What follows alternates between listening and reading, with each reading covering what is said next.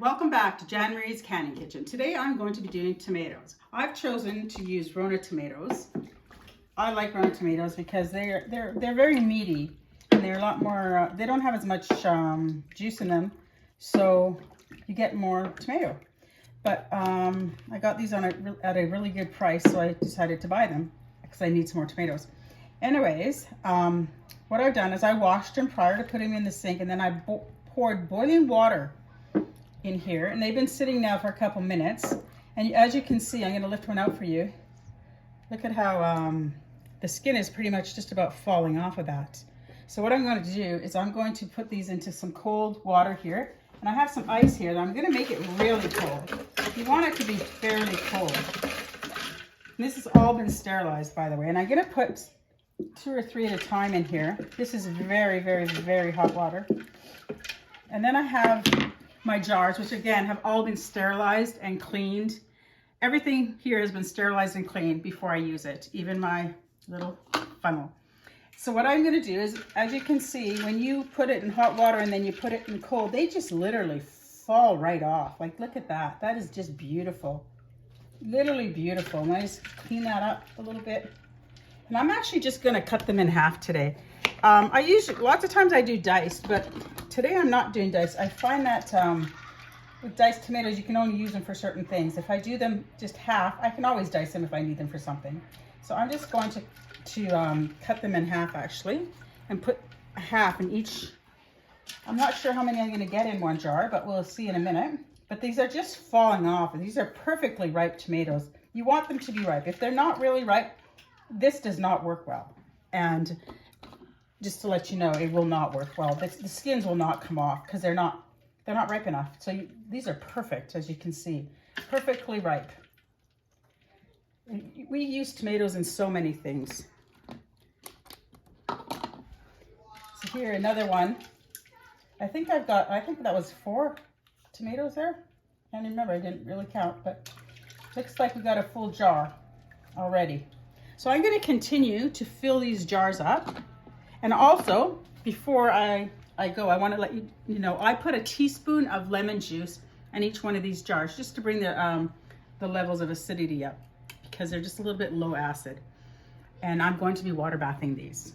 So I'm going to go now, and I'm going to continue to fill these jars, and I will be back.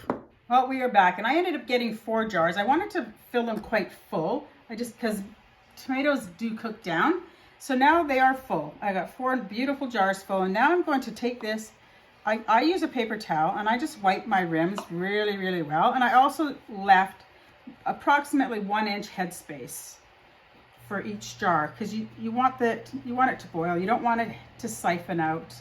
So I left about 1-inch headspace, but got a little bit of tomato on the top here. You want them to be really clean, really, really clean, because if they're not, they don't seal. I'm just going to go over these quite well to make sure they're all nice and sealed. As you can see, there's some tomato even on the edges of them here. There we go. I'll just go over that once more. And I left 1-inch headspace. Now I have my little magnet here. I've had my seals sitting in some warm water here. I don't like to touch them. Just less chances of getting any bacteria or anything in them. I'm a little bit cautious that way. I don't want to have anything in my canning. So now I've put those on. So now I'm going to tighten them. I do not add water to these. They make their own juice. And it's amazing actually how it will look in the end if you've never done them before. I tighten these pretty tight.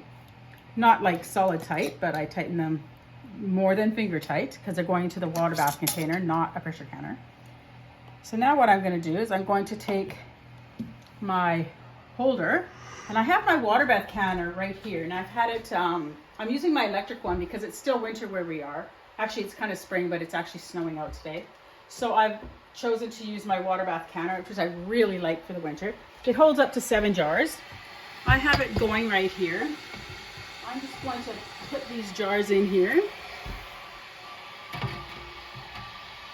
It holds up to 7, but we only have 4 for today, and that's just fine.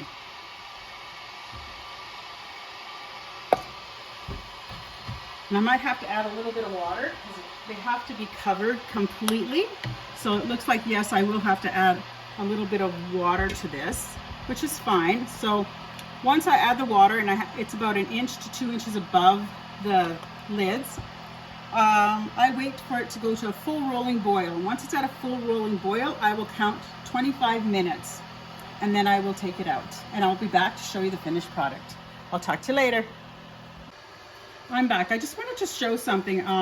As you can see, the jars are kind of floating because it's kind of, they're really light. So what I'm going to do is I'm going to put my insert in here like this.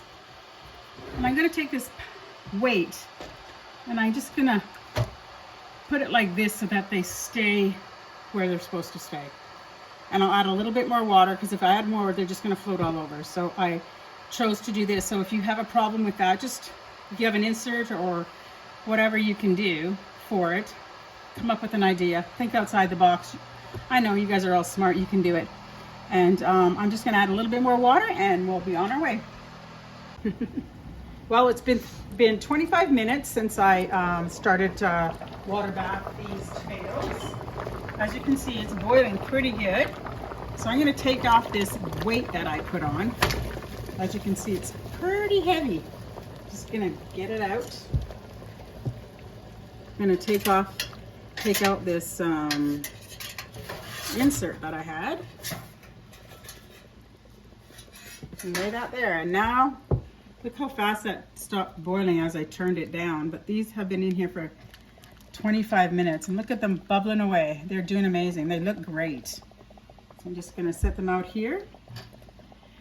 They turned out wonderful. Look at all that juice. Natural juices from the tomatoes.